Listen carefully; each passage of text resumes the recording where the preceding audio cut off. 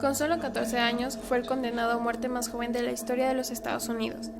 La silla eléctrica era demasiado grande para él y le tuvieron que sentar sobre su Biblia para poder matarlo.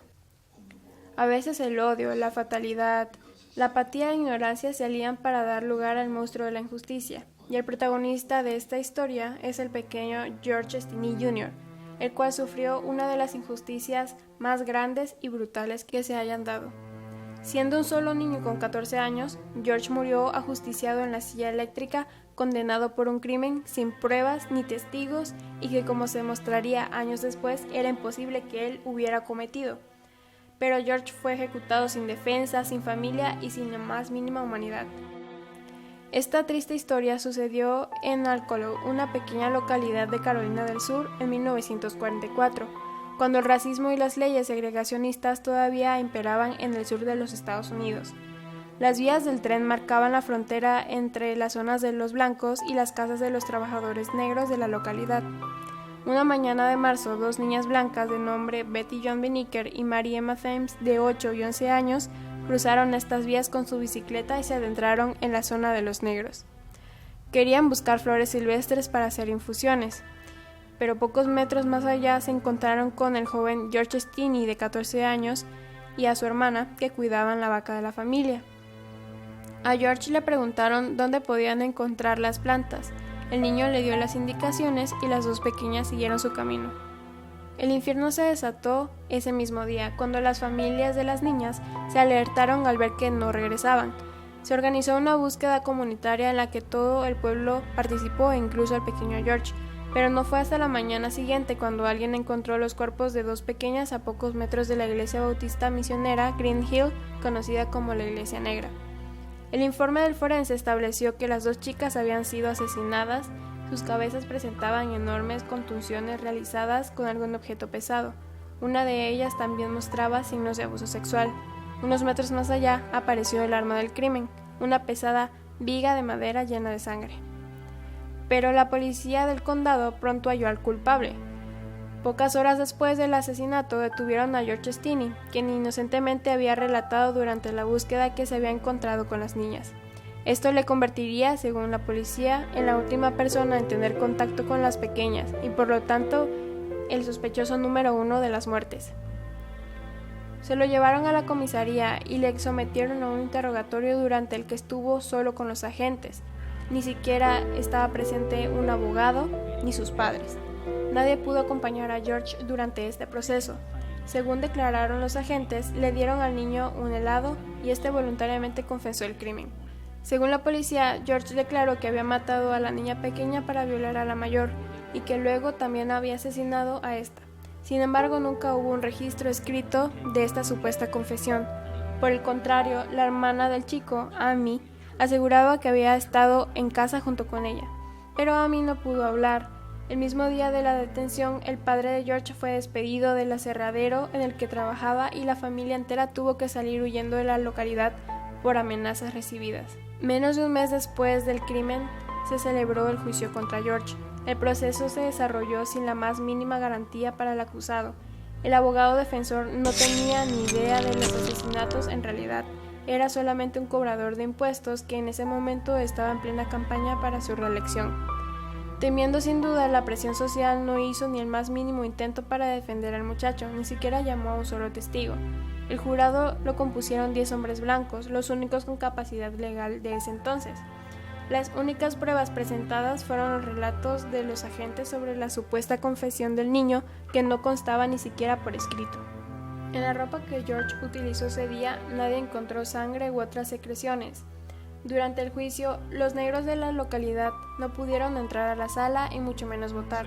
Tampoco la familia, que tuvo que permanecer lejos por las amenazas de linchamiento, pudo asistir. El juicio duró menos de 3 horas y el jurado tardó menos de 10 minutos en emitir su veredicto: condena a muerte a la silla eléctrica. Desde Alcolo, George fue enviado a una prisión de adultos hasta su muerte. El 16 de junio de 1944, tan solo 83 días después del doble crimen de las niñas, el chico fue ajusticiado en la silla eléctrica en la penitenciaria estatal de Carolina del Sur, en Columbia. George medía tan solo 1,55 metros y pesaba 40 kilos, por lo que era demasiado pequeño para la silla eléctrica. así que le tuvieron que sentar encima de su Biblia, la única compañía que había tenido durante la cárcel, para poder aplicarle los electrodos. A la primera descarga de 2400 voltios se le cayó el saco con el que habían tapado su cara, y los presentes pudieron ver al pequeño llorando, con la boca babeando y los ojos abiertos, en pleno sufrimiento. De esta forma, la vida de George dejó de existir entre la incertidumbre de su culpabilidad y el racismo de una nación que no tenía oídos ni ojos, ni mucho menos sentimientos para otra piel que no fuera blanca. La familia de George no olvidó este suceso. Aunque tuvieron que huir de su pueblo, buscaron una justicia que solo pudo llegar después de muchas décadas.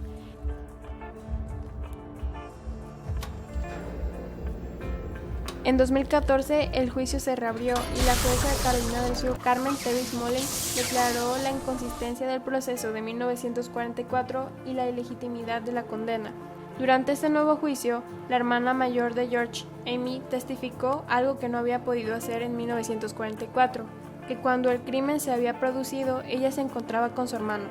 Como conclusión, la jueza invalidó el juicio original y dictaminó que había estado lleno de violaciones fundamentales y constitucionales. Aunque el segundo juicio no estableció la inocencia o la culpabilidad de George, también sirvió para que algunos expertos examinaran la única prueba real existente en el caso, que no era sino la viga con la que alguien había matado a las niñas. Aquel objeto pesaba más de 20 kilos, con lo cual hubiera sido imposible que ese niño pequeño, que solamente pesaba 45 kilos, hubiera podido levantarla y golpear con ella fuertemente a las pequeñas. George quedó exonerado de su condena, algo inútil porque había muerto muchas décadas antes, pero útil para su memoria y la paz de su familia.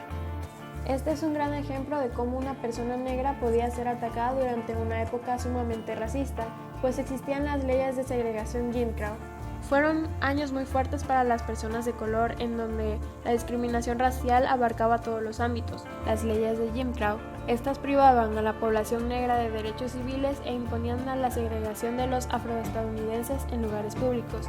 Fueron promulgadas en 1876 y se extendieron hasta 1965 bajo el lema separados pero iguales. El debido proceso legal implica que al inculpado se le reconozca el derecho a su libertad. El Estado solo podrá privarlo de la misma cuando existan suficientes elementos incriminatorios. Este tipo de procedimientos vulneran el derecho a la presunción de inocencia, porque se presentan a las personas investigadas como culpables y cuando la sociedad se entera de esto, asume que son los culpables y emite una sentencia social sobre ellos. El debido proceso es el conjunto de formalidades esenciales que deben observarse en cualquier procedimiento legal para asegurar o defender los derechos y libertades de toda persona acusada de cometer un delito.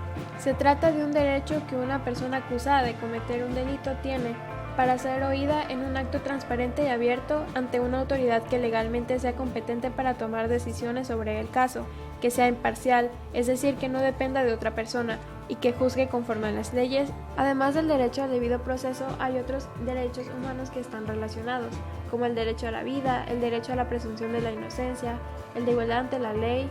Otro derecho vulnerado es el derecho a la igualdad y prohibición de discriminación, ya que todas las personas tenemos el derecho a disfrutar de la misma manera los derechos reconocidos por las leyes, tratados internacionales y por la Constitución, el que establece que nadie puede ser detenido arbitrariamente, y el derecho a un recurso efectivo ante los tribunales. En el debido proceso de George se demostró que debe de haber un jurado imparcial, que debe de haber autoridades que se conduzcan de acuerdo a lo establecido en la ley y que cumplan sus funciones de forma objetiva, prohibiendo cualquier acto de intimidación, hostigamiento, riesgos injustificados, sin prejuicios. Deben de respetar y proteger la dignidad humana, defendiendo los derechos humanos de las personas acusadas. Apenas se supo que el menor había sido el último en ver con vida a las niñas, las autoridades lo detuvieron y decidieron encarcelarlo sin avisarle a sus padres y sin tomarse la molestia de proporcionarle un abogado. Por si fuera poco, una vez que lo detuvieron, lo encerraron en un cuarto de interrogación y de que nadie más que los policías estuvieran con George al momento del interrogatorio, dio a pie a que se pensara que la declaración del niño afroamericano no solo había sido forzada, sino también manipulada de una forma bastante cruel. Fue detenido al día siguiente de la muerte de las dos niñas y el juicio se llevó a cabo de forma extraordinariamente rápida y en circunstancias irregulares. A George no se le leyeron sus derechos y su abogado defensor, Charles Bowden, no llamó a declarar a ningún testigo en su defensa. Tras la revisión de la documentación original, quedó plenamente demostrado que no había pruebas para la condena. Tuvo que haber sido condenado a muerte en aquella época, pues los elementos y las acusaciones que se presenciaron en su contra no eran suficientes para dictaminar esa sentencia, y el jurado dictaminó en tan solo 10 minutos que el acusado era culpable. El debido proceso es un derecho humano reconocido por la Convención Americana de Derechos Humanos y la Corte Interamericana de Derechos Humanos. De ahí la obligatoriedad del Estado mexicano para ceñir el desempeño de sus organismos estatales conforme a los lineamientos que la Convención estipula. La Constitución Política de los Estados Unidos Mexicanos, actualmente en vigor, los lineamientos esenciales del debido proceso están regulados por los artículos 13, 14 y 16 del Pacto Internacional de Derechos Civiles y Políticos de las Naciones Unidas. La Declaración Universal de Derechos Humanos, en su artículo 10, establece que toda persona tiene derecho en condiciones de plena igualdad a ser oída públicamente y con justicia por un tribunal independiente e imparcial para la determinación de sus derechos y obligaciones. El debido proceso es resultado de una serie de conquistas por parte de la población que limita el inmenso poder que el Estado puede llegar a ejercer si se compara con una persona particular. Otra de las disyuntivas con las que riñe el debido proceso es la opinión popular de que los procesos para los delincuentes deben de ser más cortos, pero para que haya una justicia, el proceso penal debe tener una duración prolongada para apreciar de mejor manera las circunstancias y las situaciones y emitir una mejor resolución. Y es que cuando el juez penal se enfrenta a la realidad del supuesto, en sus manos está la libertad de una persona, es evidente que la decisión final no puede emitirse a la ligera.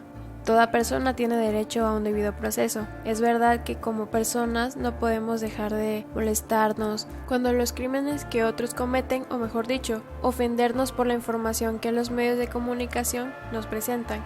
Pero todos somos humanos, todos sin importar la gravedad del delito imputado, tenemos derecho a un proceso justo para no regresar a los tiempos de arbitrariedades y verdaderas atrocidades en cuanto a los castigos que se infringían a los delincuentes.